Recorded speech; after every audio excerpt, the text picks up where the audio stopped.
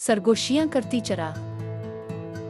इफ्तिताही मंजर, एक नौजवान फनकारा नोवा शहर की हंगामा खेज जिंदगी में खो गई है। एक शाम जब वो अपनी परेशानियों से बचने के लिए एक पुरानी मार्केट में घूम रही होती है, वो एक अजीब कदीम दुकान पर पहुंचती है जो एक मध्यम रोशनी वाली गिल्ली में छपी होती है।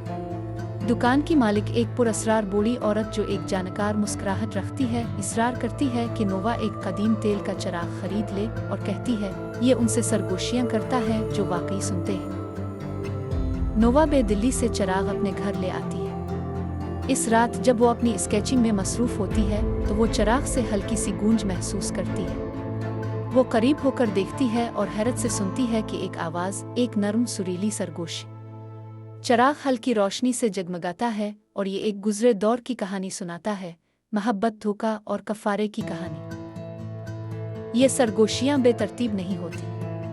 हर रात चिराग कहानी का एक नया हिस्सा जाहिर करता है और हर हिस्सा पुरअसरार तौर पर नोवा की जिंदगी और जिदोजहद की अक्कासी करता है। सरगोशियां नोवा को अपने आप को, अपने खौफ और अपनी नामुकम्मल ख्वाबों के बारे में छुपे हुए सच तलाश करने में मदद देती है।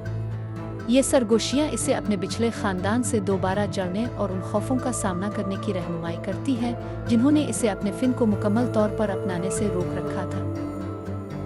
एक रात चिराग की रोशनी तेज हो जाती है और कहानी जो ये सुनाता है एक पेचीदा मुइम्मा में ख़त्म होती है। इस मुअम्मे को हल करना नोवा को एक हकीकी मकाम तक ले जाता है, शहर के दिल में एक बोली हुई बाग जहाँ वो एक सदियों पुराने दरख्त के नीचे दफन एक खजाना ढूंढती है।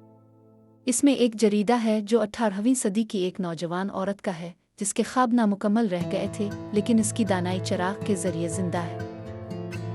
नोवा को एहसास होता है कि चिराग सिर्फ एक शय नहीं बल्कि एक रहनुमा है जो इसे इस जरीदे तक ले जाने के लिए बनाया गया था। जरीदे की तहरीरें इसकी अपनी जिदोजहद की अक्कासी करती हैं और लचक और अपने मकसद की पैरवी के बारे में गहरे असबाक फराहम करती है।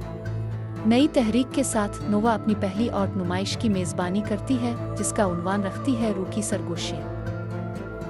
कहानी का इख्तिताम नोवा के चिराग को दोबारा कदीम दुकान पर छोड़ने के साथ होता है जहां बूढ़ी दुकानदार इसे शेल्फ पर रख देती है, अगले रूह के इंतज़ार में जो इसकी रहनुमाई की मुहताज हो।